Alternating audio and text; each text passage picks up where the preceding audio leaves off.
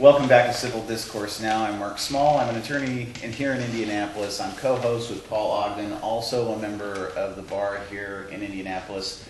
The show is Civil Discourse Now. We're filming at Big Hat Books in Broad Ripple, 6510 Cornell Avenue. Excellent selection of books here, including a novel I wrote called Crime Pays. We're going to be talking about that next week. And it's a fictionalized account of a Ponzi scam that was actually run here in Indiana in the mid to late 1960s. There's an art gallery here on the second floor, the G.C. Lucas Gallery. They've got paintings that are shown there that are really kind of cool, and it's a pretty neat place, but so is Broad Ripple. Our guests here today are Karen Kay Leonard, who's president of the League of Women's Voters of Indiana, and Anthony Simons, who's GOP Ward Chairman and Precinct Committee person in District 2 here in Marion County. Marion County is Indianapolis in Indiana. If you're watching this from like the Antarctic ice observation station or someplace, because that's what's cool about the internet. You never know where people are talking about stuff. We're in Indianapolis. It's like right in the middle of Indiana. It's the capital of the state. We're talking today, we've been talking about voter ID laws. We're going to talk about other matters related to voter registration and stuff. But one concern that I have is computerized voting. Here in Indiana, we have a form. You do your paper ballot. You feed the paper ballot in the machine. The machine reads that paper ballot, stores it in a space underneath all the gizmos for the machine itself. And then at the end of the day, I mean, we did this, we worked the polls. Representatives of both parties take the ballots out, count the number of ballots that are being cast, certify that that's the number of ballots that you have, paper ballots that you have, and you check them against the numbers. You each go together or in separate cars within eye shot of each other to a collection center, which normally is packed. And if you do it right and you've worked the polls with each other often enough, you know to have everything set up, ready to shut down when the big hand goes across that 12 and it's 6 o'clock, or whatever time the polls close. You get everything in there, and you have both computer record, and then you also have a paper ballot. Mark, one correction. That's in Indianapolis and Marion County, but it's not statewide. I apologize. And so other counties have... There are Diebold computers where you vote on the screen in lots of counties. And so Diebold computers... Diebold computers are manufactured in Ohio, and that's only a computer record then. Well, it can print out a paper that says what the record is, but you don't make a paper record. You don't show the individual votes. Right. Every county is different. Some still have the old lever machines. Each county has a choice.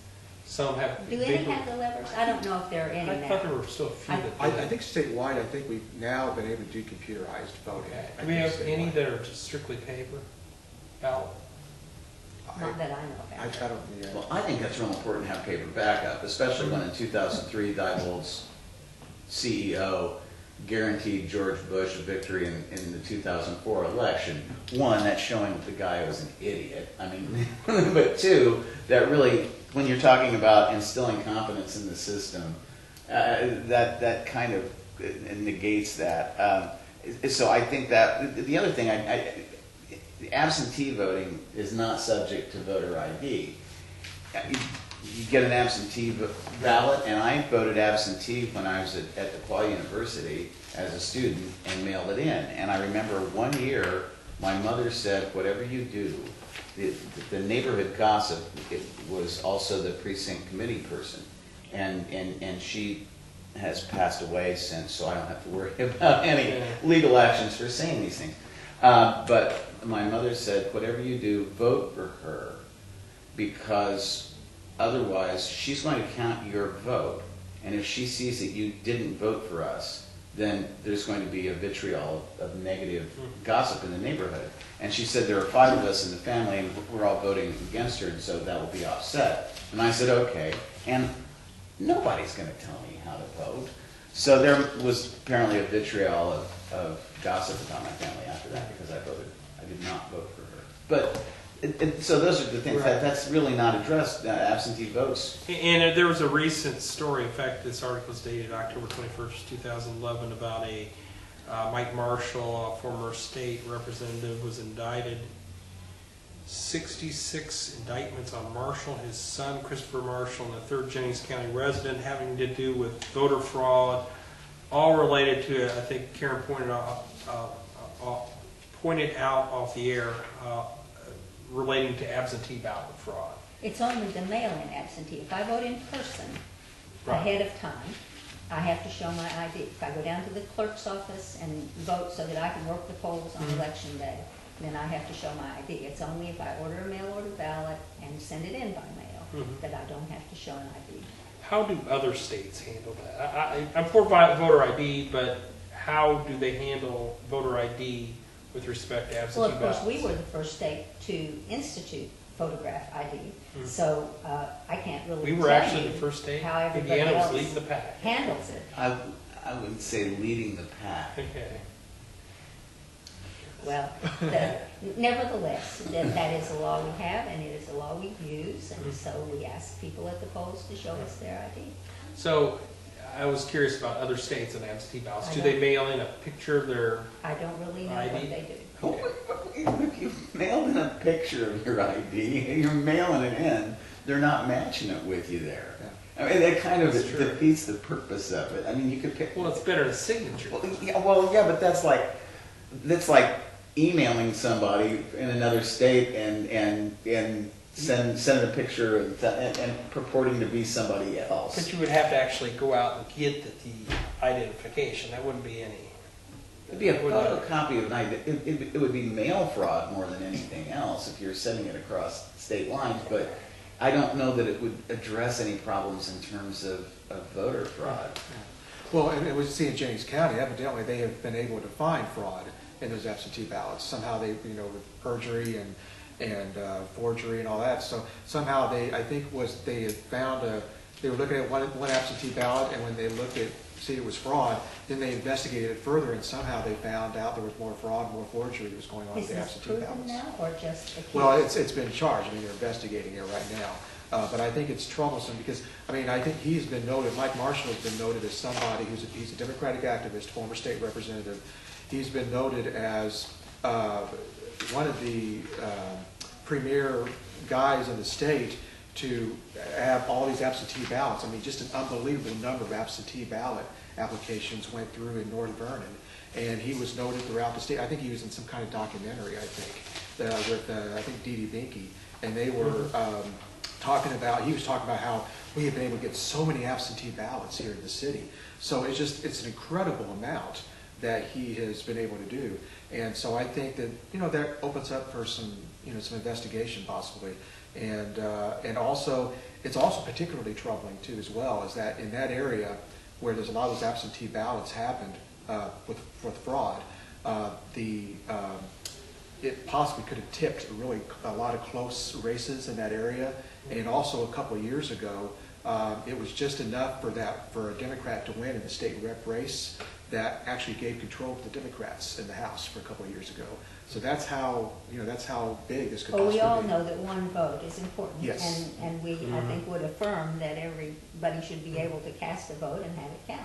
But the whole idea of the fraud with regard to absentee ballots is because it's just a signature, which is the same thing as when you go in and you just have a signature. I would think it'd be easier to do fraud because with the absentee ballot, you got to sit there and fill it out and do the application and everything. But could we agree on this? I mean, Probably not. Sure.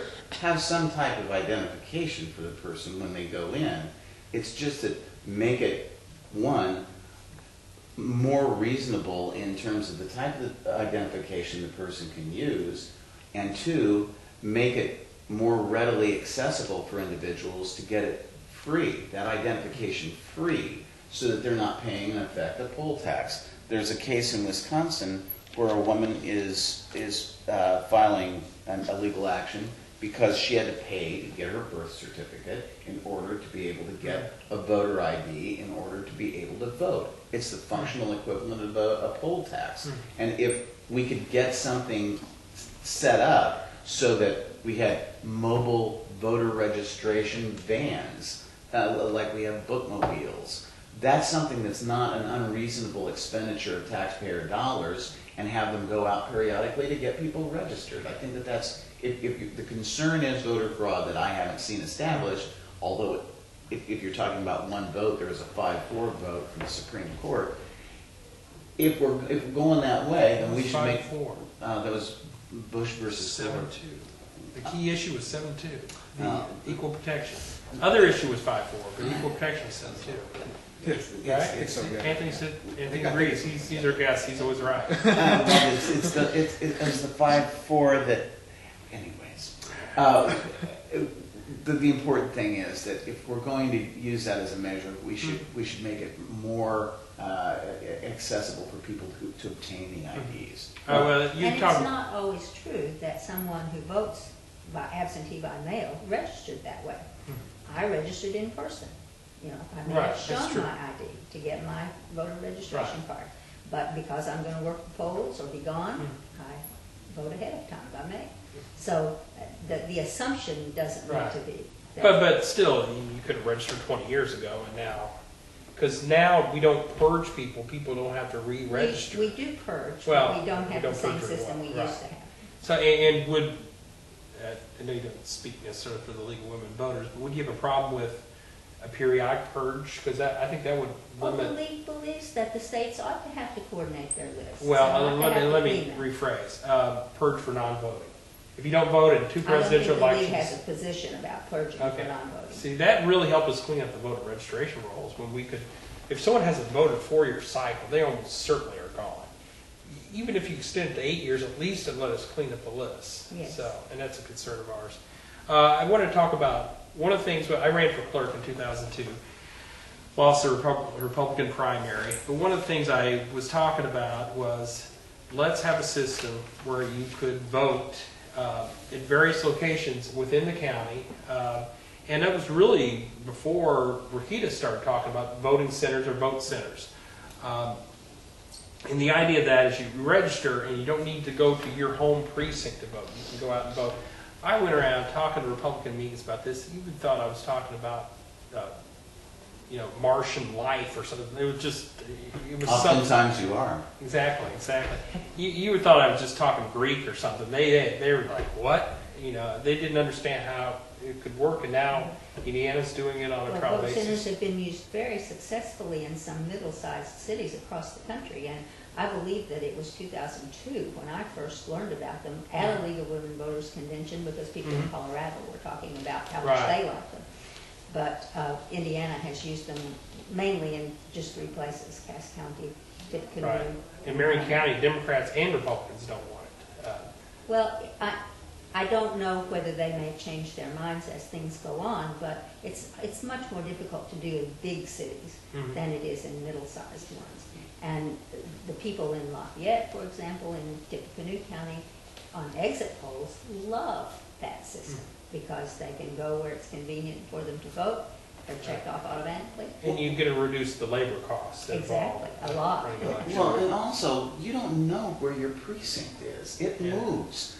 We went to our precinct to vote one year, and they said, well, no, it's someplace else. And then you end up spending more time to travel over to someplace else, and then the next election, it changed, and it was someplace entirely different. This is the end of this 3rd segment. We're going to take a break. We'll be right back to the last segment. Okay. I'm